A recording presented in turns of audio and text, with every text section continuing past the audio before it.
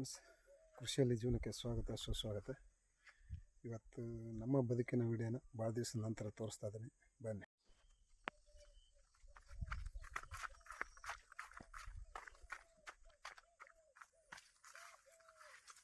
ಸ್ನೇಹಿತರೆ, ನಾನು ಅಡಿಕೆಯಲ್ಲಿ ಮೆಕ್ಕೆಜೋಳ ಹಾಕಿದ್ದೆ ಅಂತ ತೋರಿಸಿದ್ದೀನಿ ಹೋದ ವಿಡಿಯೋದಲ್ಲಿ. ನೋಡಿರಿ, ಈ ಥರ ಗಿಡಗಳೆಲ್ಲ ಮೇಲ್ಬಿಟ್ಟಿದ್ದಾವೆ. ಅದರಲ್ಲೇ ಒಂದು 3 ತಿಂಗಳು ಆಯ್ತು ಇನ್ನು ಹಾಕಿ.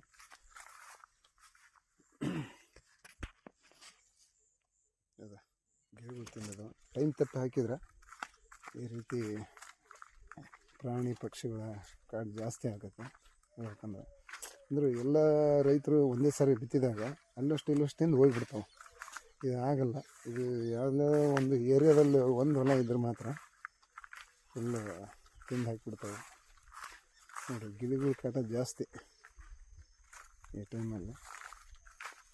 ಸ್ವಲ್ಪ ಮುಂಗಂಡ ಆಗ್ತಿದೆ, ಹಂಗಾಗಿ ಸ್ವಲ್ಪ ದಾಂಧೆ ಆಗೈತೆ.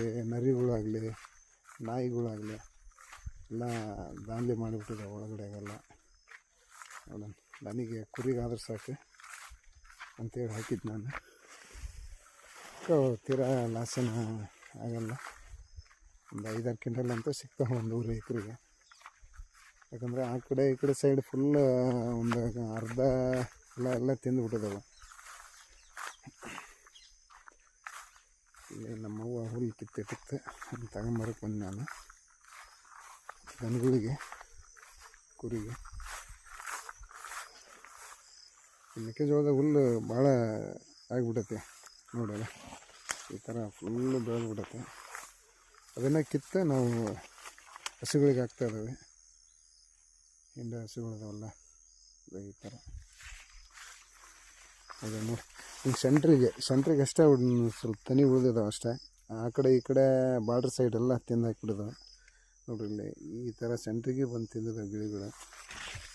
ಇನ್ನೊಂದು ಅದು ಉತ್ತಮ. ಈಗ ಸೆಂಟ್ರಿಗೆ ಅಷ್ಟು ದಾಮ್ಲಾಗಿಲ್ಲ. ಯಾಕಂದ್ರೆ ನೋಡಿ, ಇಲ್ಲಿ ಯಾವ ರೀತಿ ಬರುತ್ತೆ ನೋಡ್ರಿ. ಇಲ್ಲಿ ಅಡಿಕೆ ಸಾಲ ಫುಲ್ ಐತೆ. ಇದನ್ನೆಲ್ಲ ನಾವು ದನಗಳಿಗೆ ಕಿತ್ತಾಕ್ತಾ ಇದ್ದಾವೆ.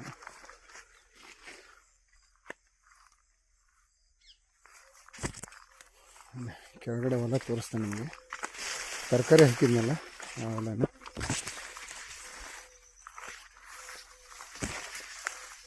ಫುಲ್ ಯಾವ ಥರ ಬೆಳೆದಿದೆ, ಸೊಂಟು ಮುಟ್ಟ ಬೆಳೆದೈತೆ.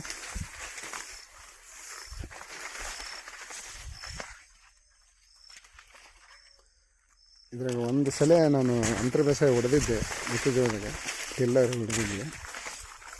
ಆದರೂ ಮತ್ತೆ ಇಲ್ಲ ಆಗೈತೆ. ಆಮೇಲೆ ಏನು ಮಾಡೋಕ್ಕಾಗಲಿಲ್ಲ, ಇನ್ನು ತೆಗಿಸ್ಲಿಲ್ಲ ಇದರಲ್ಲಿ. ನೋಡಿ, ಇದು ನಮ್ಮ ತರಕಾರಿ ಹೊಲ. ಅಲ್ಲ, ಈಗ 2 ದಿವಸ ಆಯ್ತು ಕುರಿ ಬಿಡಿಸಿದ್ದೇನೆ, ಕ್ಲೋಸ್ ಮಾಡಿದ್ದೇನೆ. ಇದ್ರದ್ದು ಎಲ್ಲ ತರಕಾರಿ ಇದನ್ನು ಕ್ಲೋಸ್ ಮಾಡಿದೆ. ಟೊಮೆಟೆ ಹಾಳೈತೆ, ಆ ಕಡೆ ಟೊಮೆಟೆ ಹಾಕಿದ್ದೆ, ಇದು ಬೆಂಡೆ ಹಾಕಿದ್ದೆ, ಆ ಕಡೆ ಜವಳಿ ಹಾಕಿದ್ದೆ. ಅದೆಲ್ಲ ಕ್ಲೋಸ್ ಮಾಡಿದೆ. ಕುರಿಗಳಿಗೆ 2-3 ದಿವಸ ಆಯ್ತು ಮೇಯಕತ್ತಿದೆ. ಇದ್ರಾಗ ಅಂಥ ಲಾಭ ಏನಾಗಲಿಲ್ಲ ಹೇಳ್ಬೇಕಂದ್ರೆ. ಇದಕ್ಕೆ ಖರ್ಚಿಗೆ ನ್ಯಾರೈತೆ ಅಷ್ಟೇ. ಈ ವರ್ಷದ ಒಂದು ಬೆಳೆ ಹೇಳ್ಬೇಕಂದ್ರೆ, ಮೆಣಸಿನ ಗಿಡ ಹಚ್ಚಿದ್ನಲ್ಲ, ನಿಮಗೆ ತೋರಿಸಿದ್ದು ನಾನು. ಮೆಣಸಿನ ಗಿಡ ಸರಿಯಾದ ರೀತಿಯಲ್ಲಿ ಆಗಲಿಲ್ಲ. 2 ಸಾರಿ ತಂದು ಹಚ್ಚಿದ್ರೂ ಎಲ್ಲ ಗಿಡಗಳು ಬಿಸಿಲಿಗೆ ಸತ್ತೋದ ಕಾರಣ ನಾನು ಈಗ ಒಂದು ತರಕಾರಿ ಊರಿದ್ದೆ ಅದೇ ಸಾಲಲ್ಲೇ. ಹಾಗಾಗಿ ಆ ಮೆಣಸಿನ ಗಿಡಕ್ಕೆ ನಾನು ಒಂದು 60-65 ಸಾವಿರ ಖರ್ಚು ಮಾಡಿದ್ದೆ. ಅದರ ಒಂದು ಲಾಸನ್ನು ಇದು ತೆಗಿಲಿಲ್ಲ ತರಕಾರಿ. ಏನೋ ನಮ್ಮ ಜೀವನ ನಡೀತು ಇಲ್ಲಿವರೆಗೂ ಅಷ್ಟೇ. ಈ ಹೊಲದಾಗ ಈ ವರ್ಷ ಒಂದು 60-70 ಸಾವಿರ ನಾನು ಲಾಸು ಈ ಹೊಲದಲ್ಲಿ. ಈಗ ನೆಕ್ಸ್ಟ್ ಇದನ್ನೆಲ್ಲ ಕ್ಲೋಸ್ ಮಾಡಿ ಹೊಲ ಹೊಡಿಸಿ ರಾಗಿ ಹಾಕ್ಬೇಕಂತ ಐತೆ. ನೋಡೋಣ ರಾಗಿ ಯಾವ ರೀತಿ ಆಕೈತೆ ಅಂತ ನೋಡೋಣ. ರಾಗಿ ಪರವಾಗಿಲ್ಲ, ಚೆನ್ನಾಗಿ ಬೆಳಿತೈತಿ.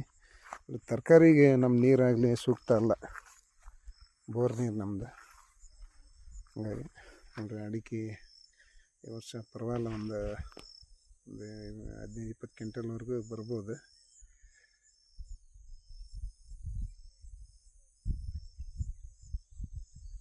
ಒಂದು 30% ಅಷ್ಟೇ ಹಿಡ್ದೈತೆ ಈ ವರ್ಷ. 6 ವರ್ಷ ತೋಟ ನಮ್ಮದು.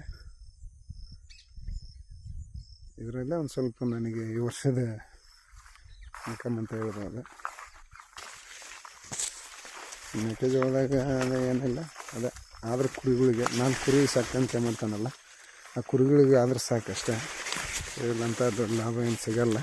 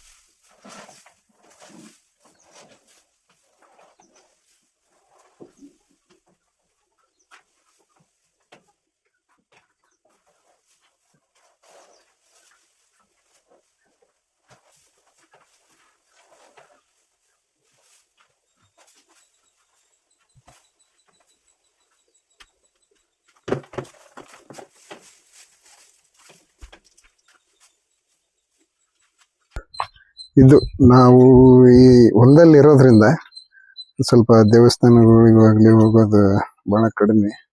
ಈ ಮೊನ್ನೆ ಪಂಚಮಿ ದಿವಸ ನಾವು ನಾಗರ ಪಂಚಮಿ ದಿವಸ ನಾವು ಪೂಜೆ ಮಾಡಿದ್ದು, ಹಾಲು ಎರೆದಿದ್ದು ಈ ನಾಗಪ್ಪನಿಗೆ. ಈ ನಾಗಪ್ಪನ ಮೂರ್ತಿನ ನಾವೇ ಓನಾಗಿ ಒಂದು ತಂದು ಇಟ್ಕೊಂಡಿದ್ದೇವೆ ಹೊಲದಲ್ಲಿ ಇರೋದ್ರಿಂದ. ಮತ್ತು ಊರಲ್ಲಿ ಭಾಳ ದೂರ ಆಗುತ್ತೆ, 1.5-2 ಕಿಲೋಮೀಟ್ರ್ ಹೋಗೋದೇನೆ ಅಂತೇಳಿ ಇಲ್ಲೇ ನಾವು ಇದೇ ನಾಗಪ್ಪನ ಮೂರ್ತಿಗೆ ನಾವು ಪೂಜೆ ಸಲ್ಲಿಸೋದು. ನಮ್ಮ ಮನೇಲಿ ಯಾವುದೇ ಪೂಜೆ ಆಗಲಿ ಇದೇ ಒಂದು ಮೂರ್ತಿಗೆ ನಾವು ಪೂಜೆ ಸಲ್ಲಿಸ್ತೇವೆ, ಬೇರೆ ಯಾವುದೂ ಇಲ್ಲ. ನಮ್ಮ ಮನೆ ದೇವರಿಗೆ ಆಗಲಿ ಇದಕ್ಕಾಗಲಿ ಪೂಜೆ. ಹೊಳೆಗಂಗಮ್ಮ ಅಂತ ಬಂದಾಗ ನಮ್ಮ ಬೋರಿಗೆ ಪೂಜೆ ಮಾಡ್ತೇವೆ.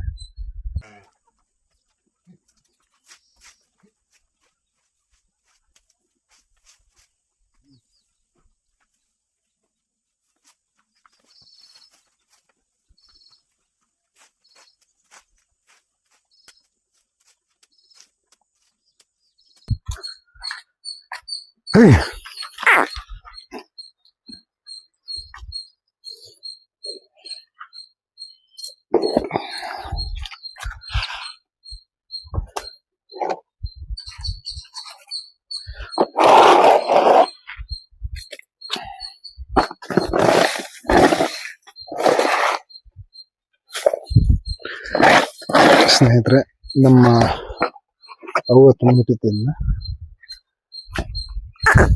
ಇವು ಆಗ್ತಾನೆ ಇರ್ತಾವ, ಮೈತಾನೆ ಇರ್ತಾವಲ್ಲ, ಸಗಣಿ ಆಗ್ತಾನೆ ಇರ್ತಾವ. ನೋಡ್ರಿ, ಈಗ ಜಸ್ಟ್ ನಮ್ಮವ್ವ ತುಂಬಿಟ್ಟು ಈಗ ಮತ್ತೆ 3 ದನಗಳು ಸಗಣಿ ಹಾಕಿದಾವೆ.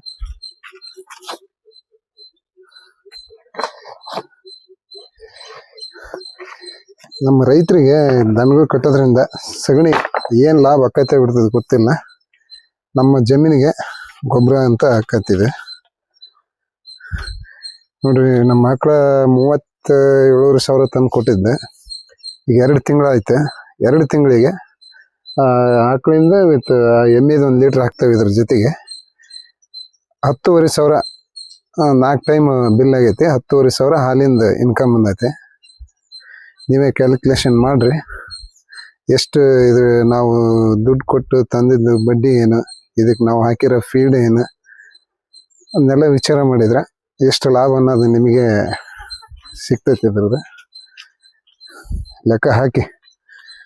ಯಾಕಂದರೆ ನಾವು ಆಕಳು ತರೋದ್ರಲ್ಲೇ ತಪ್ಪು ಮಾಡಿದ್ವಿ. ಗೊಬ್ಬಿದ್ದು ಆಕಳು ತಂದಿದ್ರೆ ಇಷ್ಟೊಂದು ನಮಗೆ ಲಾಸ್ ಅನ್ನಿಸ್ತಿದ್ದಿಲ್ಲ, ಲಾಭನೇ ಇರೋದು.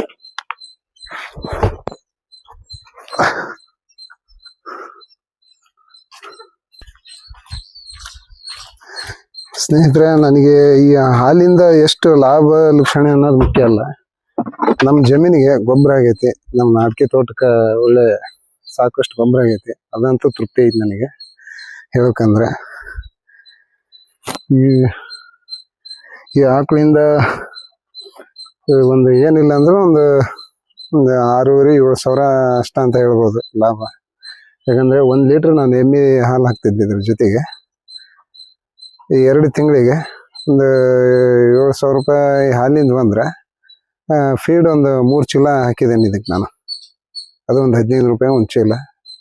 1500 ರೂಪಾಯಿ ಅಂದರೆ ಅದೊಂದು 4,500 ಸಾವಿರ, ಇನ್ನೊಂದು 2,500-3 ಸಾವಿರ ಉಳಿತಾಯ ಅಂತ ಹೇಳ್ಬೋದು ಅಷ್ಟೇ. ಇದ್ರದ್ದು ಏನು, ಇದರಿಂದ ನನಗೆ ಸಾಕಷ್ಟು ಗೊಬ್ಬರ ಸಿಕ್ಕತಿ, ಅದಂತೂ ಹೇಳ್ಬೋದು. ನಮ್ಮ ರೈತರಿಗೆ ಇನ್ನೇನು ಗೊಬ್ಬರನ ಈ ದನ ಕುರಿ ಆಗಲಿ ಏನೋ ಕಟ್ಟೋದ್ರಿಂದ ನಮ್ಮ ಹೊಲಕ್ಕೆ ಗೊಬ್ಬರ ಅಂತೂ ಸಫಿಷಿಯೆಂಟ್ ಆಗಿರ್ತೈತಿ. ಅದನ್ನು ನಾವು ಹಾಕಿ ಇನ್ನೊಂದು ಪೀಕ್ನಲ್ಲಿ ನಾವು ಅದನ್ನು ತಗೋಬೋದು. ಅದೇ ನಮಗೆ ಲಾಭಾಂಶ ದನಗಳಿಂದ. ನಾವು ರೈತರು ಯಾವಾಗಲೂ ಅದರಿಂದ ನಾವು ಹಾಲು ಎಷ್ಟು ಹಿಂಡಿದ್ವಿ, ಅದು ಎಷ್ಟಕ್ಕೆ ಮಾರಾಟಕ್ಕೆ ಆಯ್ತು ಅನ್ನೋದು ಭಾಳ ಮುಖ್ಯ ಅಲ್ಲ ನಮಗೆ. ಅದರಿಂದ ನಮಗೇನು ಈ ಗೊಬ್ಬರ ಸಿಗ್ತೈತಲ್ಲ ಅದೇ ಭಾಳ ಮುಖ್ಯ ನಮಗೆ ಹೇಳ್ಬೇಕಂದ್ರೆ. ನಮ್ಮ ಕುರಿಗಳು ಒಂದು ಎಷ್ಟಪ್ಪ, ಒಂದು ಈ 4 ಕುರಿಗಳು ಮಾರಿದ್ದೇನೆ ಆಲ್ರೆಡಿ. ನನ್ನ ಒಂದು ಕಷ್ಟಕ್ಕೆ ಮಾರ್ಕೊಂಡವನ್ನ, ಇನ್ನು ಈಗ ಮಾರಲ್ಲ ಅವನ್ನೆಲ್ಲ. ಒಂದು 4 ಅಷ್ಟೇ ನಾನು ಕೊಟ್ಟಿದ್ದೇನೆ ನನ್ನ ಕಷ್ಟಕ್ಕೆ. ಅವು ಒಂದು 16 ಸಾವಿರ ರೂಪಾಯಿಗೆ ಒಂದು ಕೊಟ್ಟೆ ಒಂದೊಂದು ಕುರಿನ. 16 ಸಾವಿರ ರೂಪಾಯಿಗೆ ಒಂದು ಕೊಟ್ಟಿದ್ದೇನೆ. ಇನ್ನೊಂದು 15 ಅದಾವೆ, 18 ಮರಿ 19 ಮರಿ ಆಗಿಲ್ಲ. ಎಷ್ಟಪ್ಪ, 4 ಹೋಗಿದ್ದಾವೆ, ಇನ್ನು 15 ಮರಿ ಅದಾವೆ. ಅವನ್ನ ಇನ್ನೂ ಒಂದು 2 ತಿಂಗಳ ಬಿಟ್ಟು ಮಾರೋಣ ಅಂತ. ಈ ಶ್ರಾವಣ ಐತಲ್ಲ, ಪಂಚಮಿ ಶ್ರಾವಣ ಹೋದ್ಮೇಲೆ. ಈಗ ಮಾರ್ಕೆಟ್ ಕಡಿಮೆ ಮರಿಗಳಿಗೆ, ಭಾಳ ಕಡಿಮೆ ರೇಟಿಗೆ ಕೇಳ್ತಾರೆ. ಮೊನ್ನೆ ನಾನು ಒಯ್ದಾಗಲೇ ಭಾಳ ಕಡಿಮೆ ಕೇಳಿದ್ರು. ಹಿಂಗೆ ಮಾರಿ ಒಂದು 16 ಸಾವಿರ ರೂಪಾಯಿ ಒಂದು ಕೊಟ್ಟು ಬಂದಿದ್ದೇನೆ. ಇನ್ನು ಮುಂದೆ ಇನ್ನೊಂದು 2 ತಿಂಗಳ ಬಿಟ್ಟು ಮಾರಿದ್ರೆ ಚೆನ್ನಾಗಿ ಮಾರ್ಬೋದು. ಅಲ್ಲಿವರೆಗೂ ಮೇಸನ್ ನೋಡಿ ನಂತರ ನಿಮಗೆ ಅದ್ರ ಬಗ್ಗೆ ಹೇಳ್ತೇನೆ. ಸ್ನೇಹಿತರೆ, ದಯವಿಟ್ಟು ಕೃಷಿಯಲ್ಲಿ ಜೀವನ ಯೂಟ್ಯೂಬ್ ಚಾನಲ್ನ ಸಬ್ಸ್ಕ್ರೈಬ್ ಮಾಡಿ.